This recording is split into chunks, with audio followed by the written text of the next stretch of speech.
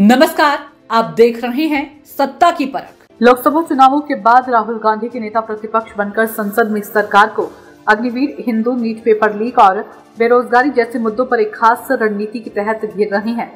साथ ही कांग्रेस ने सियासी तौर पर राहुल गांधी के मणिपुर दौरे को लेकर अपनी अगली रणनीति की तैयारी कर ली है। मणिपुर मामले पर कांग्रेस का आक्रामक रवैया आने वाले दिनों में सियासत की कहानी को और अधिक साफ कर देगा।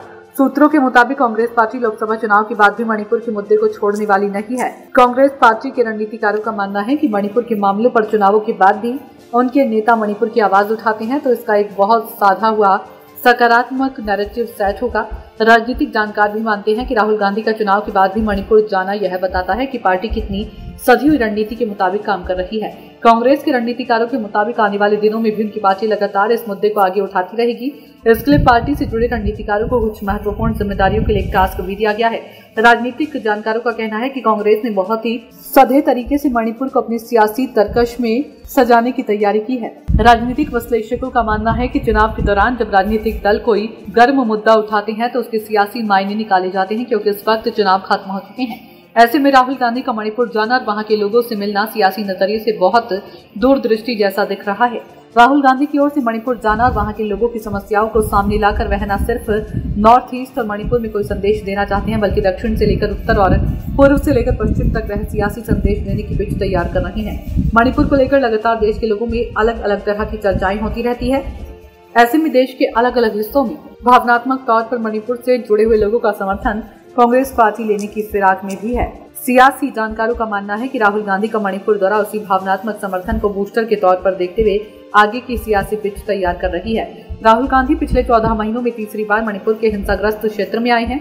राहुल ने मणिपुर के हिंसाग्रस्त क्षेत्रों के दौरे के बाद वे राज्यपाल अनुसुईया उइके से भी मिले। उन्होंने हिंसाग्रस्त इलाके जिरीबाम और हिंसा से प्रभावित लोगों से मुलाकात की। इसके अलावा उन्होंने चूड़ा चांदपुर पहुंचकर राहत शिविरों में रह रहे लोगों से बात भी की। मणिपुर हिंसा में बीते 1 साल से बड़ी संख्या में लोग विस्थापित हो चुके हैं। राहुल गांधी ने कहा कि हजारों परिवारों को नुकसान पहुंचा है, लोग मारे गए हैं। मणिपुर में जो हो रहा है वैसा मैंने भारत में कहीं नहीं देखा। राज्य 2 भागों में विभाजित है। मैंने राज्यपाल से बात की और हमने उनसे कहा कि हम शांति बहाल करने के लिए हर संभव मदद करेंगे। मैं इस मुद्दे का राजनीतिकरण करना नहीं चाहता हूँ।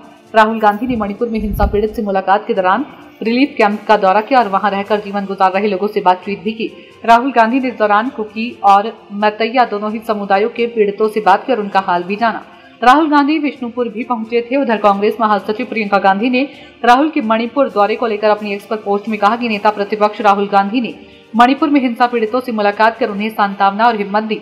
मणिपुर 1 साल से ज्यादा समय से हिंसाग्रस्त है। प्रियंका गांधी ने लिखा कि वहां सैकड़ों लोगों ने जान गंवाई, हजारों लोग राहत कैंपों में रह रहे हैं, लेकिन केंद्र की भाजपा सरकार ने शांति बहाली के लिए ना तो कोई सकारात्मक पहल की और ना ही प्रधानमंत्री ने मणिपुर का दौरा ही किया। मणिपुर में अशांति फैलने के बाद से यह राहुल गांधी का तीसरा दौरा है। उन्होंने शांति और प्रेम के संदेश के साथ प्रदेश की जनता को भरोसा दिया कि हम हर हाल में आपके साथ हैं। सियासी जानकारों का मानना है कि राहुल गांधी का मणिपुर दौरा राजनीतिक रूप से असर आने वाले राज्यों के विधानसभा चुनावों से लेकर नॉर्थ ईस्ट की सियासत पर भी देखने को मिल सकता है। सत्ता की परख के लिए अवधेश कुमार सिंह की रिपोर्ट।